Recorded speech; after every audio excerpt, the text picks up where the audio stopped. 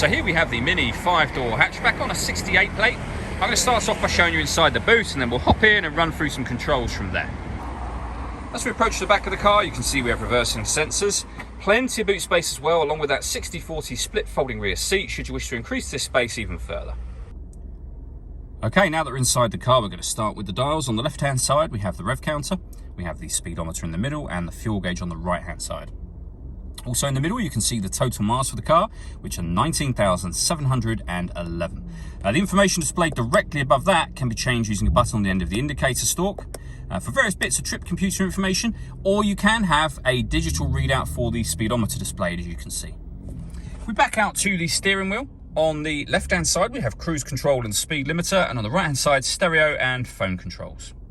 Over in the center, we have the main stereo screen itself. So from up here, it's touchscreen. You can access your radio, for example. You'll see we've got DAB and FM radio. You don't have to use the touchscreen. As you can see now, I'm making movements of the screen without touching it, and they are done using this dial just here. So for example, you can pair your phone.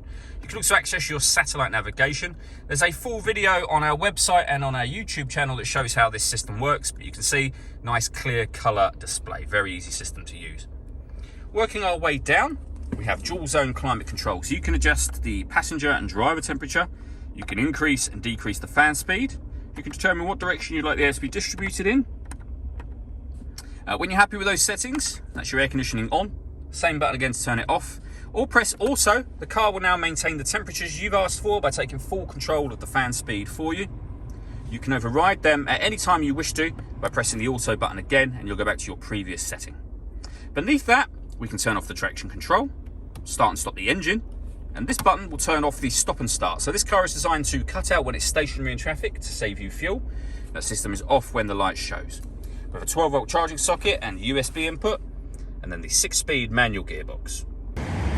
All that leaves me to say is thank you for taking the time to watch this video. If you'd like to come and see the car in person and have a test drive, please feel free to call any of our MJA sites. We'd love to hear from you soon.